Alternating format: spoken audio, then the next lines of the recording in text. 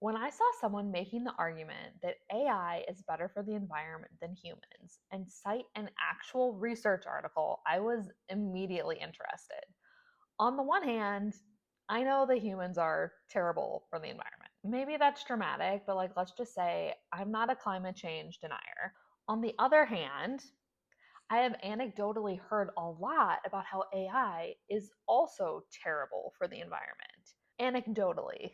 Emphasis on anecdotally because I hear it in like social media videos, I hear it on the news, I see it in articles, but I haven't seen like hard evidence. And to be honest, like I haven't really dug into it. It's just something that like percolates in my brain like maybe AI is bad for the environment too. But the thought that AI writing and drawing specifically is more environmentally friendly than humans writing and drawing just seemed like nonsense to me. It was unbelievable.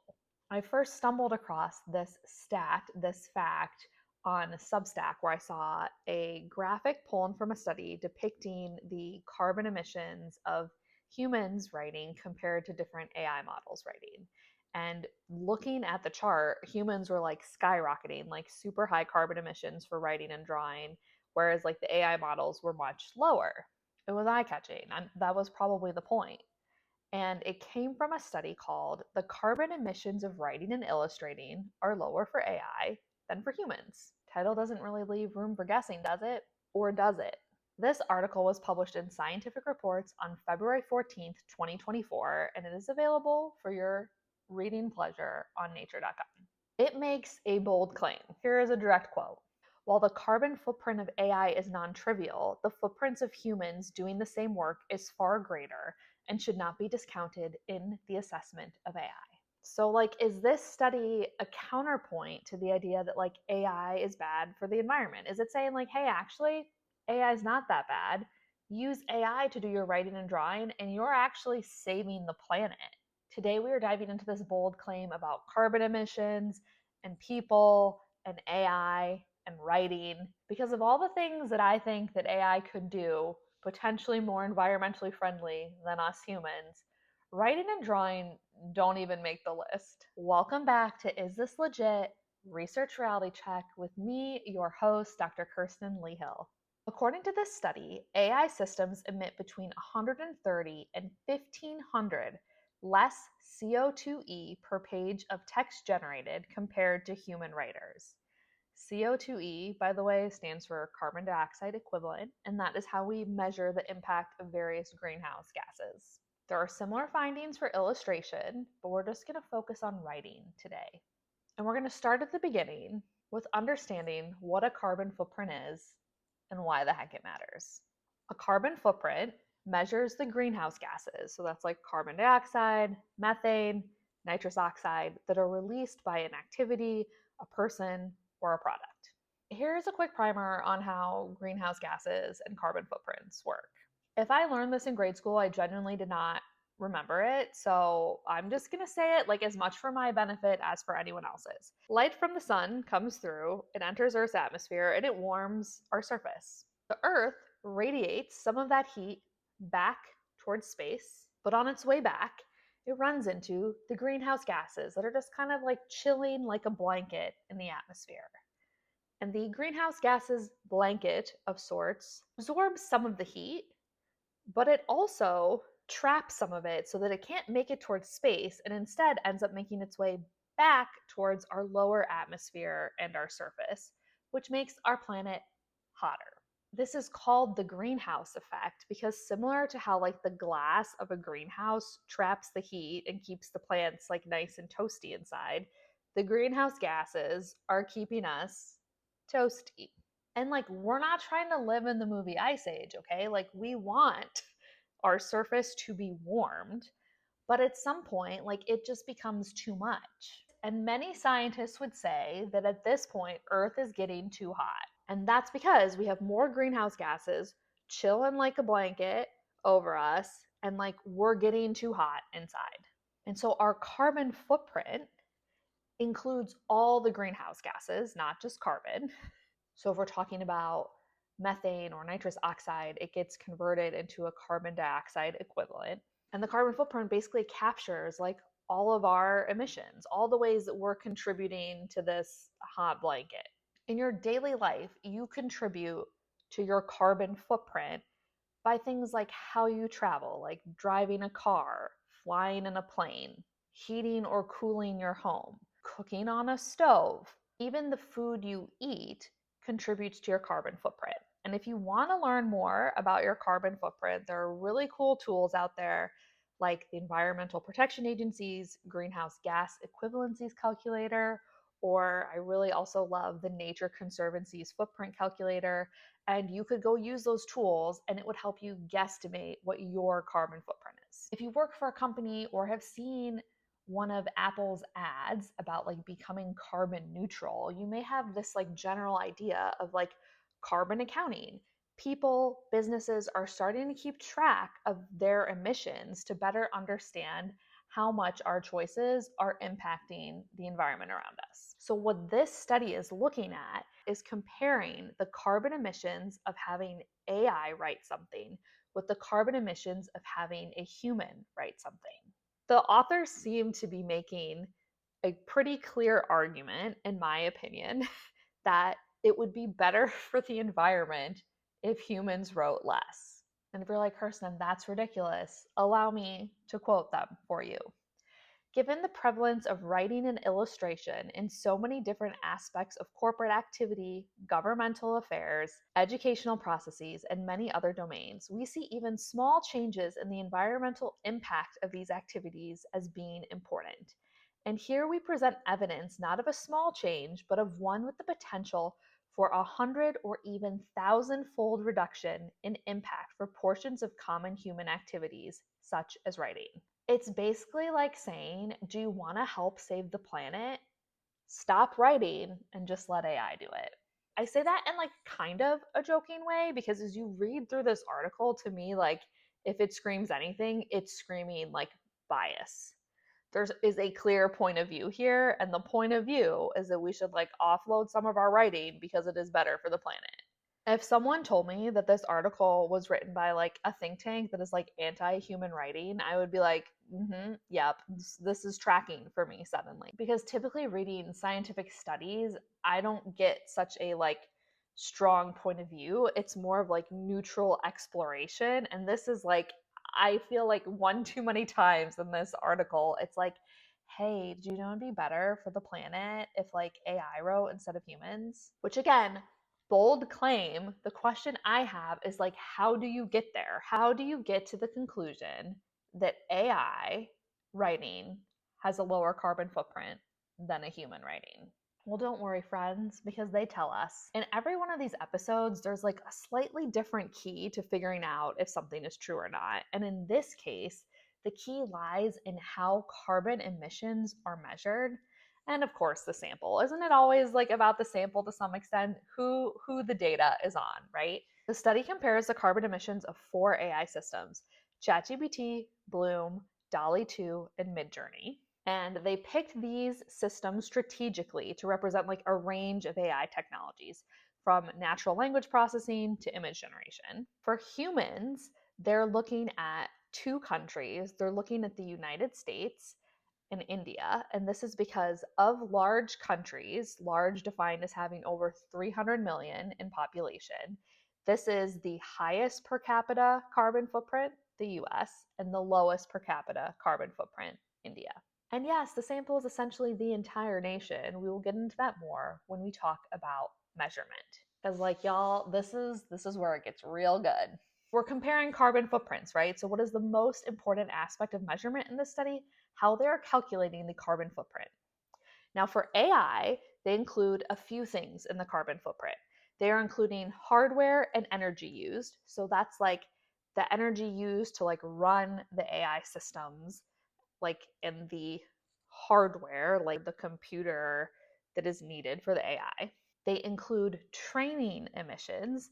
And so this is like to get an AI to do something, you have to train it. And so they are counting some of that training as part of the emissions. And they do it by taking the whole training process and dividing it by the number of queries that they had to run per training process, and then adding that number to the impact of an individual query. The idea here is to kind of like spread out the cost of training. So like, let's make up some numbers here. Let's say for training, the carbon emission was like 100 metric tons of carbon dioxide. And let's say, to keep it easy, they ran 10 queries to train the AI. That means to measure the impact of an individual query, you would get 100 divided by the 10 training queries, so 10. So for every query, you would add 10 to account for a portion of the training. And a query, in case you're wondering, is like a single interaction with AI. So that's like typing something in like, write me a poem about my dog. That's a query. So for every query, you're getting 10 units of the CO2 added from training on top of however much CO2 it takes to run the query. They also include something called embodied energy. And this is like the devices that you're using for training and that you're using to like enter the queries and the decommissioning and recycling of the devices. So like at the end of their life, what do you do with it? That recycling or destruction process also contributes to your carbon footprint. I'm not sure why they list out hardware separately from device. It kind of seems like they're saying the same thing twice, but they don't give further details. So like, it's fine. In essence, AI's carbon footprint includes like the device you're doing the AI on, a portion of its training emissions, the emissions for actually doing the query, and then like a future like almost like tax for like when this gets decommissioned, the emissions that would come from that. So in some sense they're like trying to be good about capturing like the whole life cycle of the materials. As important as what is included is what is not included here. And you'll note that they don't include software development emissions, they don't include maintenance of like infrastructure, and they don't include the emissions of any personnel needed to develop or operate the AI. And they say the reason they don't include all this is because it would be akin to, for humans' carbon footprint, including their parents' carbon footprint. And like, I just am not seeing the analogy here. Like, the software infrastructure and personnel seem like extremely relevant to AI's carbon footprint, but like they decided it was not. And I could get on board with that choice until you hear all that is included in a human's writing carbon footprint. So for humans, as I mentioned, they're looking at the US and they're looking at India, and they start with looking at the total annual carbon emissions for each country. And they create like a per capita, like per person emission to get like the average carbon footprint for a person living in the US and India. So this would be like total emissions for the country divided by the population, and they're using the global carbon budget and our world and data as the sources for those numbers. So for humans, they are including the energy consumption and emissions of your computing device that you're using to write on. And the premise that they have to determine like what the emissions should be for that is the idea that it takes humans about 0.8 hours to write a page. The source for that fun fact that part of their calculation hinges on is not provided. So if you're thinking like, Kirsten, okay, they have the emissions for like an average person, how are they getting to the emissions for writing? Strap in, because I would say this is one of the most like critical and, dare I say, controversial aspects of this study and this calculation is they want to look at the time a person spends writing. They are assuming that a person's emissions while writing are consistent with their overall annual impact. I think it's like this nuance of like my impact as a person versus like my impact while writing. And this is like where they're losing me. To calculate the time people spend writing, they use an article that was published in The Writer magazine that talks about Mark Twain's estimated daily word count. The study claims that this number from Mark Twain, that was self-reported in his autobiography, is representative of average writing speed among authors. Just to be clear, The Writer magazine doesn't say that this is average writing speed on authors. It gives these fun details about how much Mark Twain could write in a day at various points in his life, self-reported in his autobiography. Like, this is not exactly like a robust or representative source, and this is the number that is getting used to calculate the percent of time people spend writing. Do we think the average person and Mark Twain are like comparable? Let's stop and think about this for a moment. The crux of this study rests on two, in my opinion, wild assumptions. The first is that it makes sense to use a human's total carbon emissions for the year to measure the impact of their writing, and that Mark Twain's writing speed and time spent writing is somehow representative of all human writers. Can you take this seriously? Like, can you be for real right now? Like, for AI, we're going to exclude a bunch of different types of emissions, right? But for humans, when I calculate your carbon emission for writing, I'm going to include your carbon emission for everything from heating your home to cooking your food to driving to work to flying to see your grandma. That's wild, right? That's wild. It just seems like it is set up to favor AI from the start. Like, of course. Do I think a human's annual carbon footprint is bigger than the carbon footprint we attribute to AI for writing? Yeah, that doesn't seem that tricky to believe. But also, do I think that when I am sitting down to write, part of the carbon footprint of that activity should include the flight I took last week? No, it's bizarre. I was trying to think of a comparison that highlights just like how outrageous this is. And like the closest I could come up was like breaking news. You use more electricity driving yourself home from work than a Tesla would, right? And then if you read about the study, it would be because the electricity it takes to drive yourself home from work includes all the electricity you've used over the whole year. Every time you turn on the lights in your house, that counts for your drive home. But for the Tesla, it only counts the electricity of you like turning on the car and driving somewhere. And of course, right, we've got to calculate the time you spend driving. So obviously, we should go find like a NASCAR driver and we should use the percent of time they spend driving and like how long it takes them to get places and generalize that to the whole population. You would never design a study like that. And then to get even weirder, right? A Tesla doesn't really drive itself yet, right? Like you're still doing it. The Tesla is like a tool for you. Like AI right now, if AI is writing or drawing for you, it is a tool. You are giving it some instructions. So shouldn't my human emissions then count towards the Tesla or the AI? Like, look, y'all, I was a philosophy major. I love some thought exercises. I just simply do not see where the authors of this study are going with this. What is the argument here? Are we arguing that people should write less to reduce their carbon footprint? Really? Write less to save the planet? It's comical. I feel like I'm in like an SNL skit about research.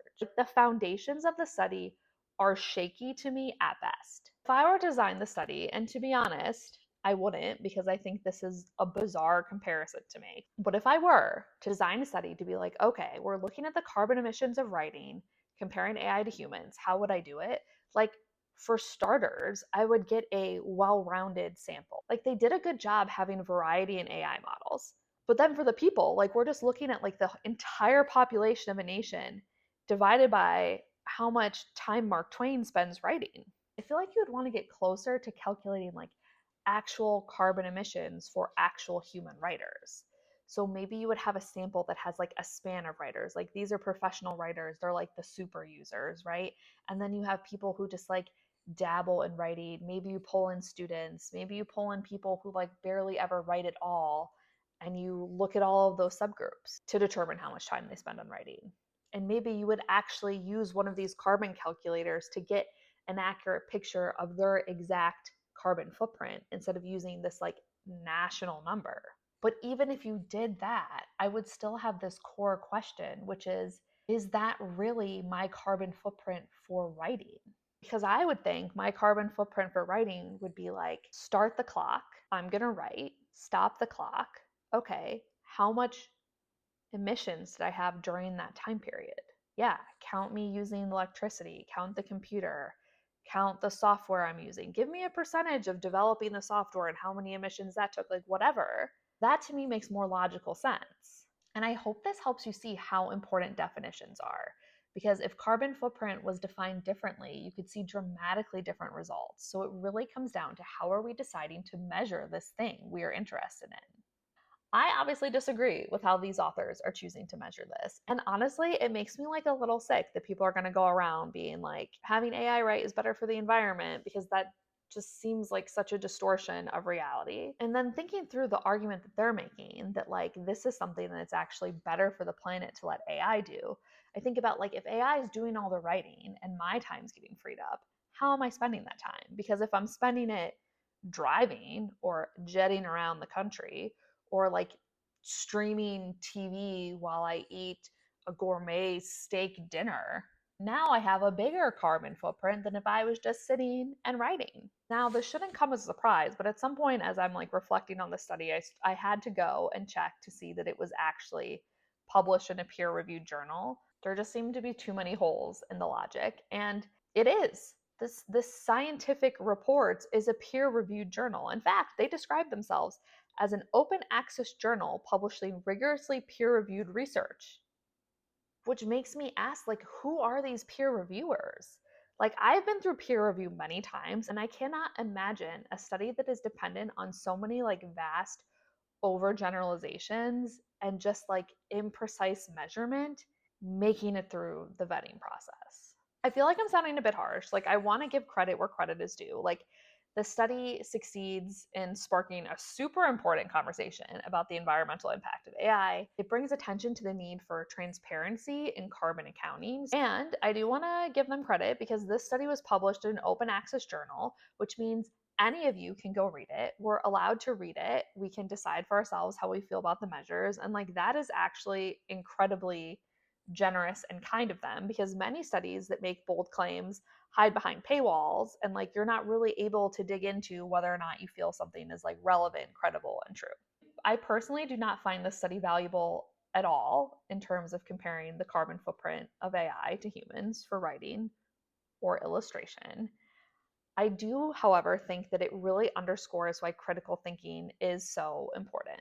Even though the conclusions of the study feel so over exaggerated and just like overly confident to me, it does force us to ask some deeper questions like, how do we fairly compare the environmental impact of humans and machines? As a human, what activities should I audit if I want to reduce my carbon footprint? And perhaps most importantly, how do we ensure that bold claims in research are met with the scrutiny they deserve? The study also highlights a key lesson. You cannot just look at a title, a headline, or the abstract of a research paper and take it at face value. Like, again, this study is like not leaving anything to the imagination, right? The title is the carbon emissions of writing and illustrating are lower for AI than for humans. It's right out there, right? It's the title. And you can absolutely not take it at face value. You have to dig into the methodology. You have to look at how they are defining and measuring things. In this case, particularly how they are defining and measuring carbon footprints. Based on their definitions of carbon emissions and how they set up their calculations, the study's claim is technically true. AI does have lower carbon emissions per page of writing than humans. But once you see what's included for humans, like literally any carbon emissions you have over the period of a year, versus what's excluded for AI, it completely changes how you interpret this claim. And I read some of their sentences like, in sum, due to its substantially lower impact than humans, then there's a typo, in at least two important tasks, AI can play an important role in various sectors of society without, at present, running afoul of problematic carbon emissions. The use of AI holds the potential to carry out several major activities at much lower emission levels than can humans. I'm just like, this is so overconfident and just like a biased interpretation. I guess I think, like, yeah, in the US, we have large carbon footprints. I don't think it's because of us writing, and I don't see us not writing as like really reducing our carbon footprint by that much, particularly given like what would we be doing instead of writing. They seem to me to be pushing this agenda that using AI to help you write or just completely offloading your writing to AI is like an environmentally sound decision. And this feels like such an icky stretch to me. Like, are we really saying that like drafting an email with ChatGPT is helping save the planet? And look, I'm doing it. I love AI. I use AI. I am pro ChatGPT. I find it so immensely helpful. I don't sit down to use it and think like, time to help the planet. No, that's silly. So, are the carbon emissions of AI less than a human for writing? Depends on how you define carbon emissions. I think the truth probably lies somewhere between the study's bold claims and like a much more nuanced reality. I'd be curious from people who are in like the computer science AI space to know if this is how they would calculate AI's carbon footprint, because I definitely don't think that this is how I would calculate a human's writing footprint. I'm curious what you all think. When you think about a human's carbon footprint for writing, what do you think should go into that equation?